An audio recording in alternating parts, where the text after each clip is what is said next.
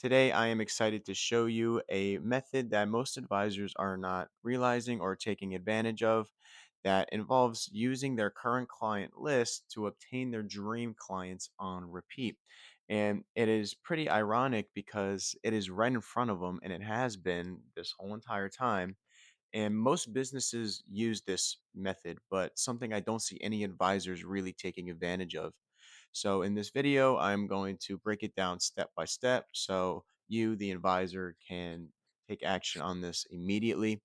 So let's get right into it. And before we begin, I just want to say my name is Doug Funa. I was formerly a financial advisor and am now helping fellow financial advisors scale their practice using modern acquisition methods. And I read up on this stuff all the time. I'm friends with advisors. I'm still submersed in the space. And this method is really something that a lot of business, other service based businesses are using and it's just something that I don't see financial advisors use. So a little bit of arbitrage here and just pass down the knowledge into this field, try to do it the best that I can so you guys can take advantage of it because it makes a lot of sense. But like I said, I don't see many people using it. So that being said, little spiel there. Let's get right into the video. All right. So in every business, there is some sort of volatility because the quality of your business is determined by the quality of your clients, right? There are going to be some good clients, there are going to be some bad clients. The good clients, these are the ones who listen to your advice the most, drive in the most ROI, easiest to work with, have the strongest relationships, so on and so forth. And then we have our bad clients, which are people that are maybe more on the stubborn side with their finances, just not friendly to work with, very standoffish. Again, doesn't mean that these are bad people, but maybe you two just don't mesh well together. There's many other factors. Inherently these people aren't bad, obviously. So just want to get make that clear. So this is the typical landscape of what this looks like. I just wanted to visually present this to you guys. It might not be the case for all of you, but 20% of your client list are the not so good clients, 60% are the good clients, and 20% are your best clients, right? So, what we want to do here is we want to, if I could find this, sweet. We want to get rid of the bad clients. We want to get rid of even the good clients, and we want to hone in on the best clients. And when I say get rid of, I don't mean like kick them out of the door, like you're going to keep the clients that you already have. But from here on forward, we are going to target the best clients only, right? Because your best clients, they receive the most value. And we can call this your ideal client profile. It's just a fancy way of saying the clients that you want to work with. And you enjoy working with these people the most. So let's centralize your business around what's working best.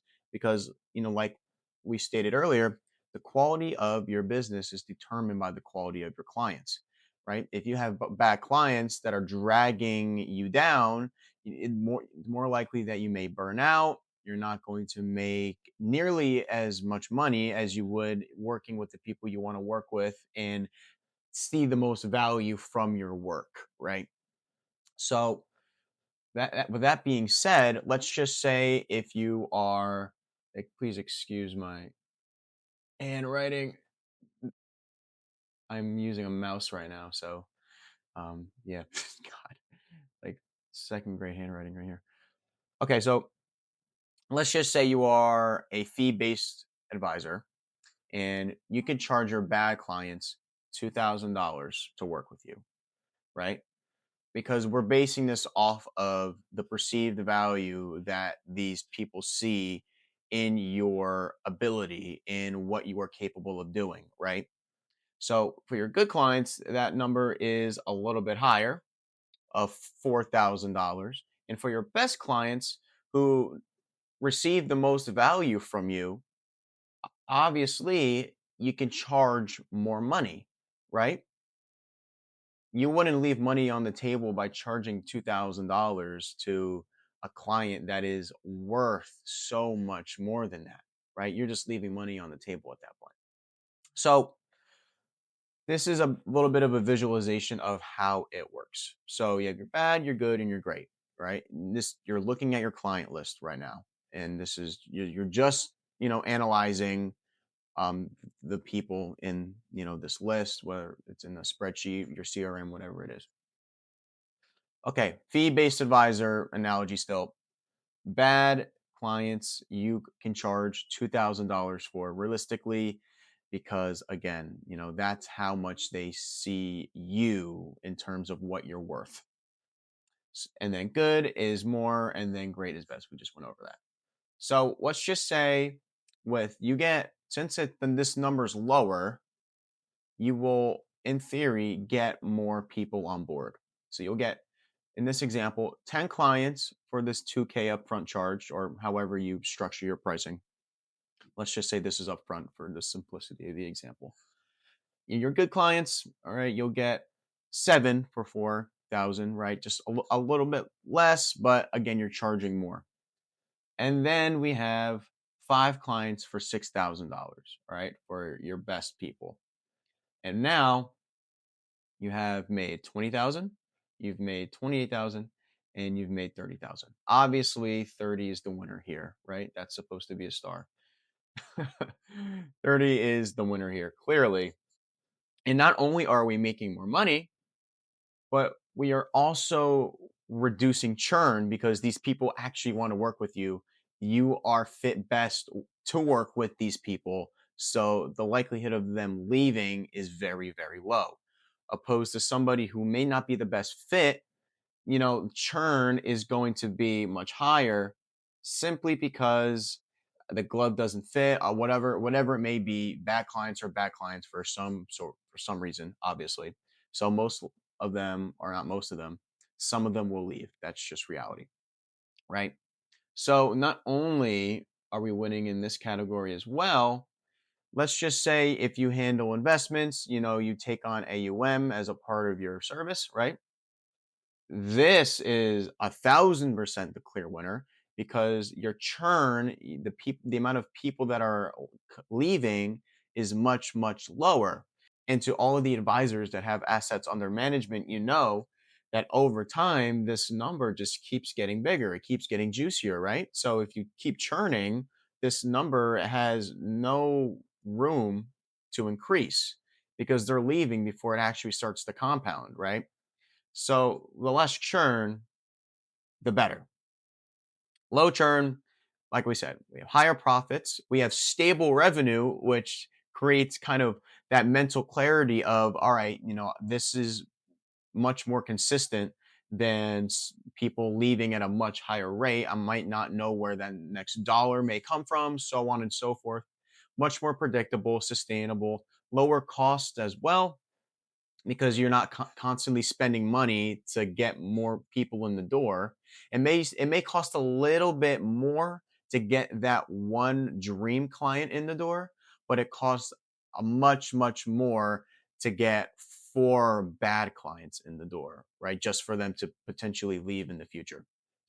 So, and also we have stronger relationships. You know, this is like advisory 101. Relationships are the key component to client retention, how long you can keep clients for, right? You need strong relationships for this industry and higher lifetime value, right? That AUM is just going to keep compounding, getting bigger and bigger and bigger and bigger and bigger. Therefore, and obviously there's more things that we can sell, manage, whatever it may be, and best in a fiduciary manner, right? Of course, we're not trying to run our clients' pockets here, but so clearly, low churn is the winner as well, right? Because high churn, you have low morale, unstable growth. It's a mess. Any business with high churn is a recipe for disaster. So we want to minimize that, and this is how we do it.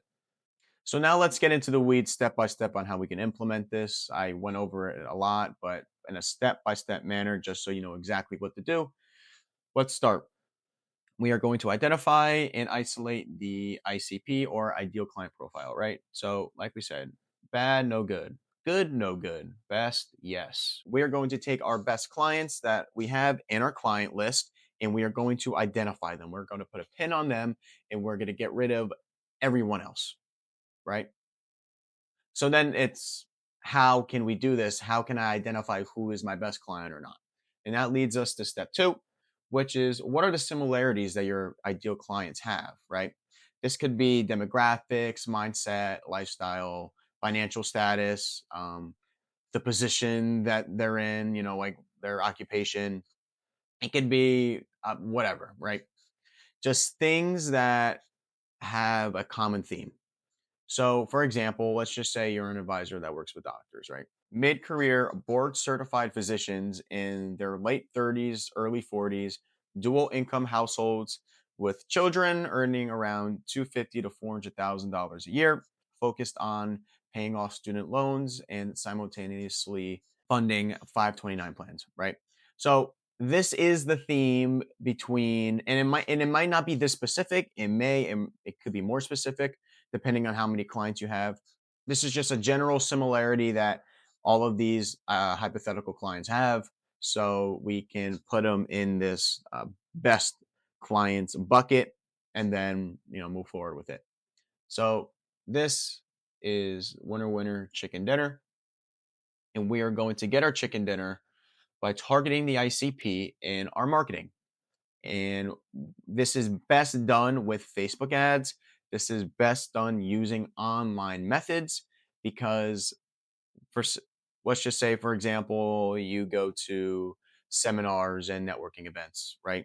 It is going to be very hard even if all of them are doctors at this event.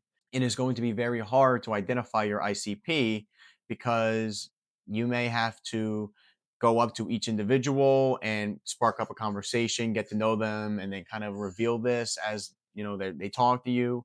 It's very very difficult, right? And it's just not as efficient as per se Facebook ads or even organic content, which I'll get into later. That's just posting valuable content online. But like I said, I'll get into that later. So let's just say you were running Facebook ads, right? And you need to target your ICP. So your ICP are the only ones that get eyes on your advertisement or see your advertisement. So this is just a little call out that is hypothetical, sticking with the doctors. Are you a mid career physician in your late 30s or 40s that's juggling student loans, 529 plans, and a family life? I work with doctors just like you across the country who feel stuck under debt, and I've built a realistic plan to put you back in control.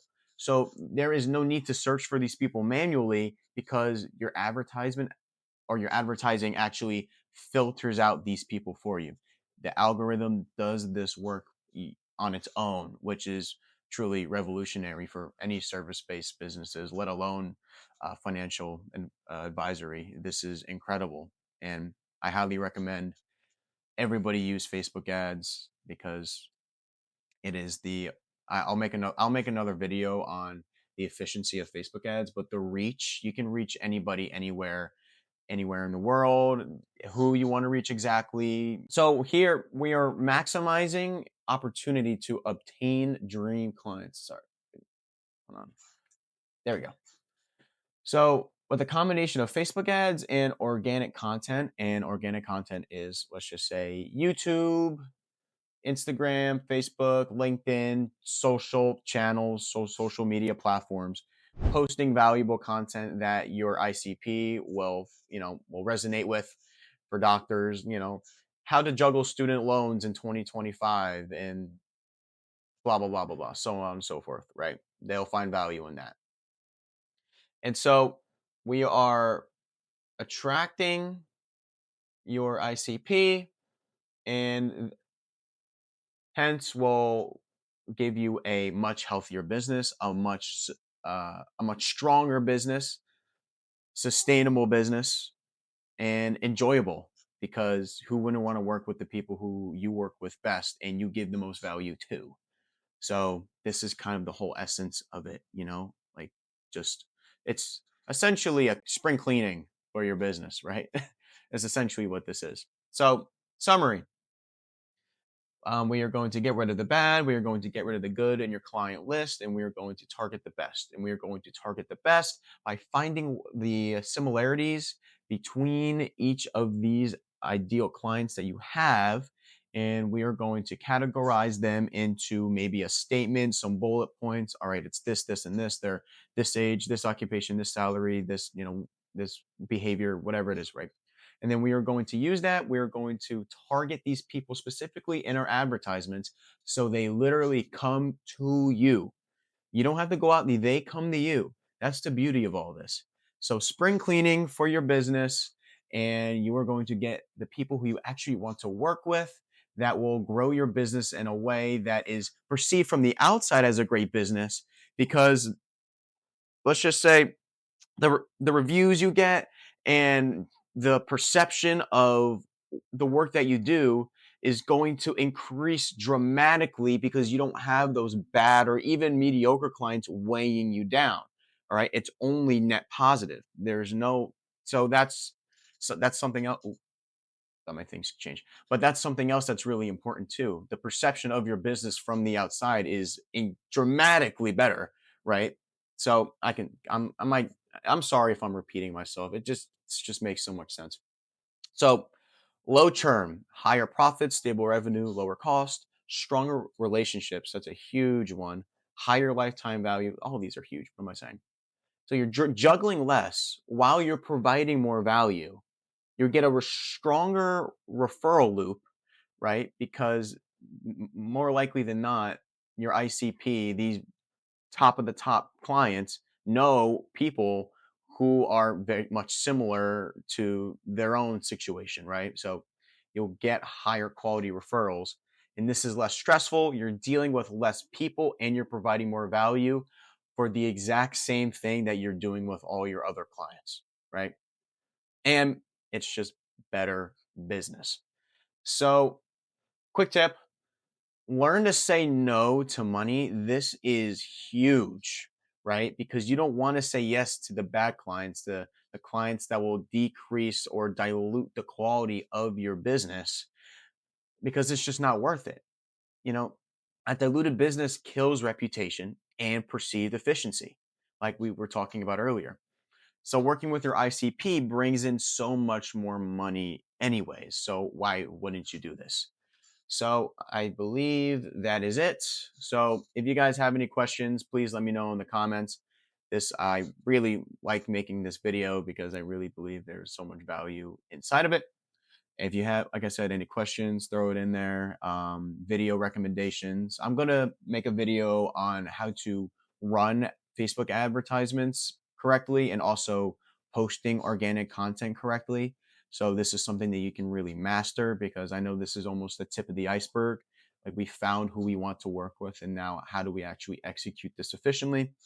So that's something that I will be getting into, if not this week, definitely next week. All right. I will never leave you guys hanging. I promise. So, yeah, I hope you enjoyed the video. Thank you so much. If you found value, like and subscribe, drop a comment. Like I said, I'm blah, blah, blah, repeating myself, whatever. Okay. Have a great rest of your day. And thank you so much for watching all the way through.